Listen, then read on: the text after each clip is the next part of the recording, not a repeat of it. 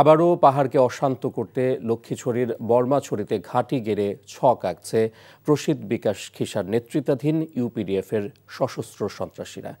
সম্প্রতি ওই এলাকায় অস্থায়ী বেস ক্যাম্প স্থাপন করে অভিযানও চালিয়েছে সেনাবাহিনী, কিন্তু কৌশলে নারী ও শিশুদের মানব ঢাল হিসেবে ব্যবহার করে সামাজিক যোগাযোগ মাধ্যমে উল্টো মিথ্যা গুজব ছড়াচ্ছে ইউপিডিএফ। খাগড়াছড়ি থেকে আবু তাহের মোহাম্মদের তথ্যচিত্রে ইমরুল কায়েসের ডেস্ক রিপোর্ট।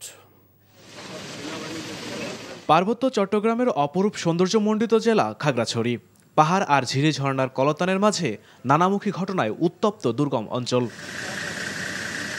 জেলার লক্ষ্মীছড়ি উপজেলার দুর্গম বর্মাছড়ি ইউনিয়নে ঘাঁটি গেড়েছে প্রসিদ্ধ বিকাশ খিসার ইউনাইটেড পিপলস ডেমোক্রেটিক ফ্রন্ট ইউপিডিএফের সশস্ত্র সন্ত্রাসীরা।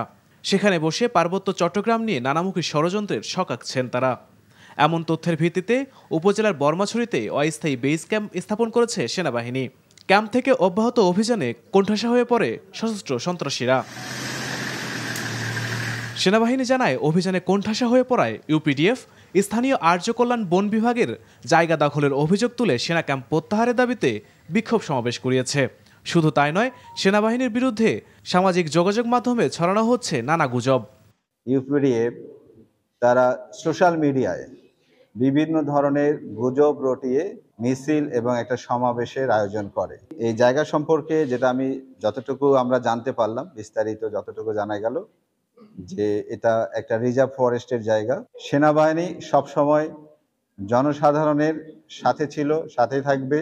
এদিকে বন বিভাগের জায়গা দখলের বিষয়টির সুরাহা করতে ২৭ অক্টোবর স্থানীয় উপজেলা প্রশাসন, জনপ্রতিনিধি ও সাংবাদিকদের সাথে বৈঠক করেছে সেনাবাহিনী। তবে সেখানে ধর্মীয় বিহারের জমির দাবিদাররা তাদের পক্ষে কোনো প্রমাণ উপস্থাপন করতে পারেননি। এলাকাবাসীরা চাচ্ছে না, ক্যাম্প চাচ্ছে না।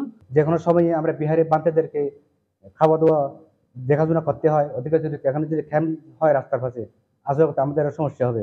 কেন এখনো পর্যন্ত ওদিকে আমরা আসা করতে পারতেছি না। পার্বত্য অঞ্চলের ভৌগোলিক জটিলতার সুযোগ কাজে লাগিয়ে আঞ্চলিক সশস্ত্র সংগঠনগুলো গ্রামবাসীদের জিম্মি করে তাদের নিরাপদ আশ্রয়স্থলে সন্ত্রাসীদের প্রশিক্ষণ কার্যক্রম পরিচালনা, অস্ত্র মজুত ও বিক্রির রুট হিসেবে ব্যবহার করছে বলে অভিযোগ করেছে পার্বত্য নাগরিক পরিষদ। ধর্ষণ, হত্যা, গুম ও খুনের মাধ্যমে পাহাড়কে অশান্ত করে রেখেছে। এই সশস্ত্র সন্ত্রাসী সংগঠন ইউপিডিএফকে সমূলে নির্মূল করা আজ সময়ের দাবি। পাহাড়কে অস্থিতিশীল করার যে কোনো ষড়যন্ত্র রুখতে সরকার সময়োপযোগী পদক্ষেপ নেবে, এমনটাই প্রত্যাশা স্থানীয়দের। NTV news desk. বান্ডেল থাকলে প্রতি সেনমানিতে টাকা বাঁচবে। বিকাশ সেনমানি বান্ডেল কিনে জিতুন প্রতি লেনদেনে।